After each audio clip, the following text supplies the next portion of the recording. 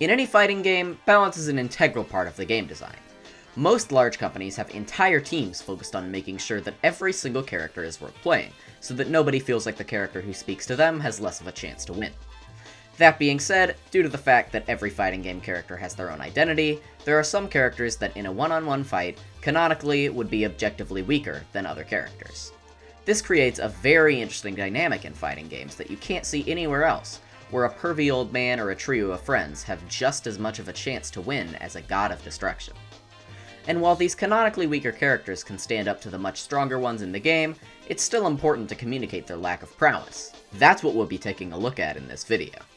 However, before we get started, it's plug time! Due to positive reception on a poll, I have opened up a Patreon. I'm offering a slew of rewards at what I deem to be a good price, so if you want to help support the channel, that's the best way to do it. Okay, plug time over! Now, the first thing that comes to mind when I think of canonical power creep would be Dragon Ball. The show has gone so insanely over the top with their powers that characters from earlier on in the show are immensely weaker than later characters. For example, Nappa, one of the big villains from the Saiyan saga, has a power level of around 4,000. Super Saiyan 1 Goku, and keep in mind this is Goku's weakest transformation, has a power level of around 150 million. So it's safe to say that Nappa is a little bit weaker than Goku is. The character I mainly want to focus on for this segment is Master Roshi, and while his power level is never explicitly stated in the show, in a Shonen Jump issue, his power level is listed as being 180. Obviously, this is way weaker than anybody else in the game, so how do they communicate this effectively? Well, first of all, Master Roshi is the only character in the game that lacks some of the core mechanics the game provides. In Dragon Ball FighterZ, every character has access to a homing dash that sends the player flying at the opponent. Master Roshi cannot fly. So instead of giving him the homing dash, Roshi performs a reverse Kamehameha to rocket himself towards the enemy. However, one could argue that this reverse Kamehameha is even better than a regular super dash, because instead of it homing in on the opponent automatically, the player must choose one of the 8 directions on the controller to send Master Roshi. This means he can use the reverse Kamehameha as both a tricky approach tool and an escape tool by performing it backwards. And yes, the beam does have a hitbox. On the ground, Master Roshi has a completely different super dash in the form of a super jump.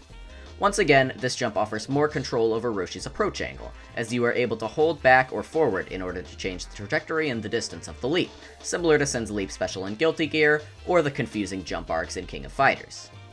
Roshi is also unable to fire ki blasts, instead punching forwards swiftly, creating a shockwave in front of him. For the rest of his toolkit, Roshi heavily relies on tricks such as the after-image technique or hypnosis in order to keep up with the big guys, and for one of his supers, he uses a skill designed for trapping a weak opponent as opposed to dealing big damage. Now how about characters that are super strong? For this, let's take a look at Ultra Instinct Goku. Now, you don't need to look for long to get the idea that this character is overwhelmingly powerful. Just look at the energy constantly emanating from him, or the confident yet purposeful walk. In all of his attack animations, there is a magnificent flow of motion that strongly communicates his fighting prowess, and all of his attacks have animations with heavily reduced frames to communicate the blinding speed of those attacks. For UI Goku's specials, Arxis takes a unique approach. For his Ki Blast, UI Goku does the exact same thing as Roshi's, except he does it in a blink of an eye and covers almost the entire screen in front of him. His Kamehameha is huge, and comes out extremely quick compared to a less skilled fighter like Yamcha's, whose Kamehameha takes forever to start up. His 214P special is designed to be extremely confusing and frightening, as UI Goku gets to choose how many hops he performs, and the attack performed after said hops. However, none of this truly shows off the power of Ultra Instinct. I'll spare you the nitty-gritty lore of the powers, but essentially, Ultra Instinct allows a fighter to avoid attacks perfectly and counterattack just as well, essentially turning that person into the ultimate fighter. Obviously, it would be overpowered if UI Goku could simply avoid any attack and counterattack, so these powers were implemented into the game in a slightly different way. Remember the walk we discussed earlier?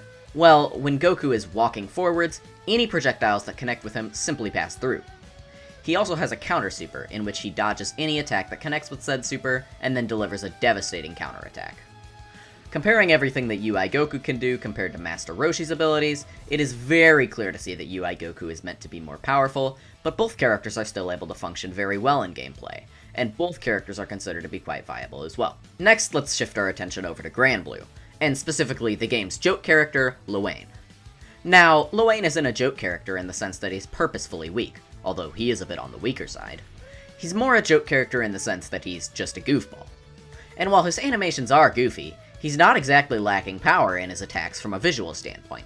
His fighting style may be silly, but there's nothing that communicates a true lack of prowess in his moveset. And right as you might start to think that they didn't include anything interesting for Luane, that's when they get you. After the match, if you let the outro rock, Luane will say a one-liner just like every other character, but instead of striking a pose or something, the screen fades into a scene of the Luane brothers hanging out in a bar, and Luane boasting, "Yep, that's how it happened." This suggests that the whole fight never even happened, and was just a tale that Luane made up, one that his brothers are not having, I might add. I really enjoy this approach of taking the match outside of its scenario and revealing at the end that it was just a tall tale, not unlike how fishermen like to boast about their fish being this big. Probably the biggest example of canonical power creep in any form of media would be that of One Punch Man. One Punch Man's entire premise is that the main character is too overpowered for his own good, so how did the One Punch Man arena fighter, One Punch Man, a hero nobody knows, handle this vast discrepancy in strength? In order to keep true to the character, there's no way they couldn't make him overpowered. If they made his attacks not instant kill, then he would no longer be One Punch Man, he'd just be some guy. So what this game does is it puts Saitama on a timer. Basically, when the round starts, if you have chosen Saitama on your team, you will only have 2 playable characters at the ready.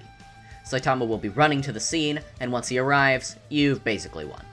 This makes it so that your game plan transforms from trying to kill your opponent as fast as possible to trying to stall out the opponent long enough for One Punch Man to show up and save the day.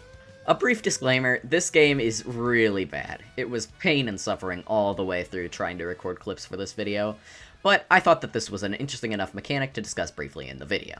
Finally, because we always discuss Guilty Gear, we're discussing Guilty Gear. However, Guilty Gear is kind of weird in its power in that it's all completely bullcrap. Forgive me if my lore knowledge is a bit off, but you're telling me that in a game with 3 characters that can bend reality and time, a character who, at least to my knowledge, only has the power of being a vampire, is supposed to be on the same level of these literal gods? Well, no matter how convoluted and confusing Slayer's actual power level is, I think Guilty Gear does an excellent job of communicating his strength.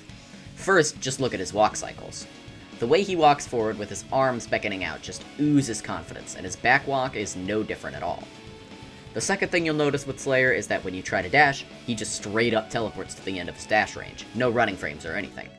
This even starts up frame 1, meaning Slayer can literally backdash on Wake Up as a free, safe reversal. And while it'd be impossible to name them all, every single animation Slayer does is just so full of cockiness and swagger, which makes the player feel like this character is supposed to win. After his command grab, he even gets that UI Goku glow effect. What even further reinforces this idea is how Slayer acts when he gets hit, or should I say, when he pretends to get hit. If you look closely, every time Slayer is hit, he just barely moves out of the way of the attack and pretends to be hurt. Even after a knockdown, instead of writhing on the floor like some sort of peasant, Slayer strikes a relaxing pose as if to say, "Oh, should I be on the floor now? Alright, fine by me, I suppose." The final piece in this product is when Slayer is defeated. And once again, you guessed it, he doesn't exactly lose per se. It'd be more accurate to say that he got what he needed from the fight and decided to stop at a convenient time. All of this combined with the fact that Slayer is just generally a very fast character helps to paint a picture of a fighter so strong he doesn't even have to fight anymore to win his battles. And while no other characters are extreme as Slayer with the emphasis on power, there are a few other examples of strong characters who exemplify their strength through animations. Bedman literally sleeps on his opponent all match, Ino takes the battle just as seriously as Slayer, but seems to get more of a kick out of it, and Axel is actually an interesting case. You see, Axel isn't actually that strong. Axel has extremely high potential. I want you to recall the 3 characters that I had mentioned had the ability to control time and space. Those 3 characters are Bedman, Ino, and Axel. However, a big part of Axel's character is his fear of these powers. For the last time he used them, he was ripped away from his time period in which he lived happily with his girlfriend, into a timeline where the world is at the brink of destruction and under constant siege by the Gears. Throughout the story of Rev 2, Axel slowly began to be more understanding of his powers, and I was really getting excited to think that they could be implemented into his moveset in the future, And as an Axel main myself, let me tell you, when I saw him freeze time in the Strive footage, I completely flipped out. Axel gaining control of his powers is such a great continuation of his character from the previous games, and it's great to see him realizing his potential after living in fear of his strength all this time. Now, let's pray he doesn't mess it up again. I'd love to see a redesigned Axel in the future of Gear, where he has fully realized his potential and lives as a god among men. Well, there you have it. A look at how some fighting games manage the power discrepancy between their characters and make it into something truly special. If you enjoyed the video, a like and a comment would be wonderful, and if you haven't subscribed yet, I don't mean to be aggressive, but this has gotta be one of the worst subscribe to view graphs I've ever seen, and I'd super appreciate if you helped flatten it out. With that out of the way, this has been Adventure, and I hope to see you in the next one. Peace.